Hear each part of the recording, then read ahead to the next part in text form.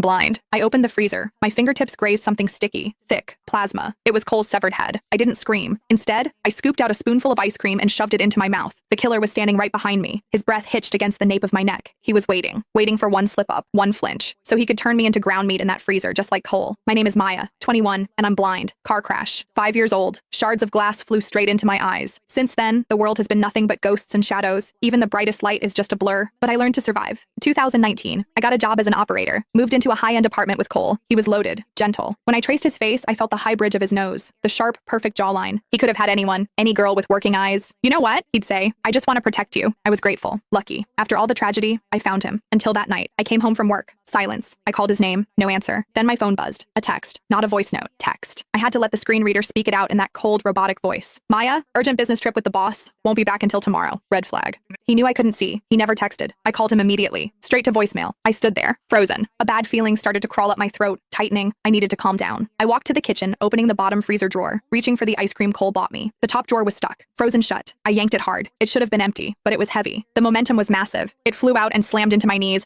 I grabbed it to steady it, and then the smell hit me. Metallic, copper, blood. It was faint, but unmistakable. A blind girl's nose never lies. Something happened to Cole. I forced my muscles to lock. I reached into the freezer, grabbed the pint of ice cream, and then my knuckles brushed it. Something soft, warm, still radiating heat. Cole, or a piece of him. I didn't let myself wonder which part. My hand twitched toward my pocket. Phone, 911. No, I froze. The metallic tang of blood wasn't the only thing in the air. There was something else. I'd smelled it the second I walked through the door. Stale sweat, cheap incense, the musty scent of unwashed cotton. I dismissed it. Thought it was coming from an open window. I was wrong. It wasn't drifting. It was following. Every room I walked into, that smell was there, hovering. Vance. He was right behind me. I bit the inside of my cheek, forced a slow, steady breath. Stand up. I shoved the freezer drawer back, slammed the heavy door shut. Thud. I turned, my face a mask of boredom. He hadn't attacked. He was just shadowing me, step for step. I didn't know why. I didn't care. I only knew one thing. If he realized I knew he was there, I was dead. If I reached for my phone, I was dead. I had to play the part. The oblivious blind girl. I sank onto the sofa. Routine. Just another Tuesday night. I started shoveling the ice cream into my mouth. Usually, I savored a pint like this for minutes. Tonight, I inhaled it. The cold slammed into the roof of my mouth. A jagged spike of brain freeze shattered my skull. I ground the metal spoon against my teeth. Scrape, click. It was the only way to scream without making a sound. A tiny act of violence to vent the terror clawing at my throat. I grabbed the remote, clicked the TV on, volume down, not mute, just level 1. A whisper of static. I needed Vance to see it. I needed him to know my hearing was razor sharp. If he fixated on my ears, maybe he'd forget about my nose. He didn't move. I forced my breathing to even out. Think.